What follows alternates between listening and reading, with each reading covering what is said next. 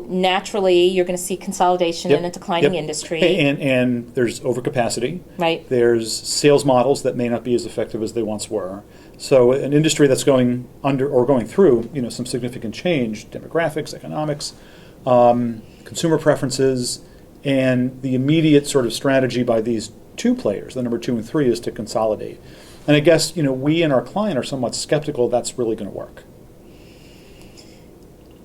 I mean, I think that I don't know that they're skeptical that it's going to work, but they're saying it changes the face of competition. Right. So, where they have been the leading competitor in the space, they're now confronting, they're still the leading competitor in the space, but they're confronting a larger, more resourced competitor. And the gap between their number one has position shrunk substantially. has been squeezed.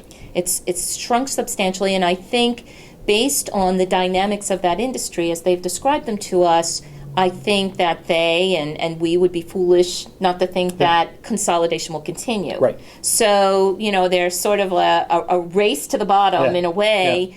Who's going to be left standing? And so I think they're really in ultimately a struggle for survival.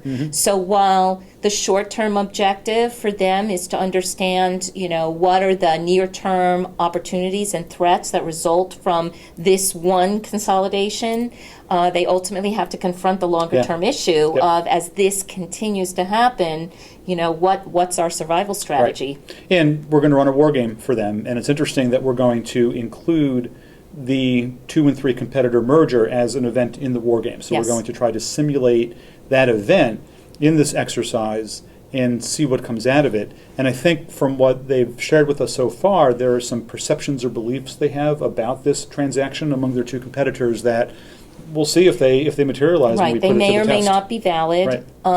And they, with those assumptions, they may assess the impact, at least in the near term, maybe somewhat incorrectly. So it'll be interesting if we can encourage them to think about things a little bit differently and assess what those impacts might be for them. Right. Yeah, it's a difficult space to be in, right? It's a difficult place to live right now. I wouldn't want to be them. And again, like I said, declining industry, there are some challenges. There are, aside from the industry consolidation, other trends that are impactful. The war game will be a nice way to bring some of those to the surface, understand their impact, both on our client and the newly combined two competitors, and see what those implications are. Yeah, they probably have to confront some very serious questions for themselves for the long term, which is, do they want to continue to, sort of stay in and lead this space, dominate this space? Is there some opportunity that they have to diversify? Is there a proper time to exit the space? There are probably some very hard questions that they need to confront, and it's interesting because those are not the questions they came to us with the war game, but I think the war game will ultimately raise those questions. I think it's going to have to.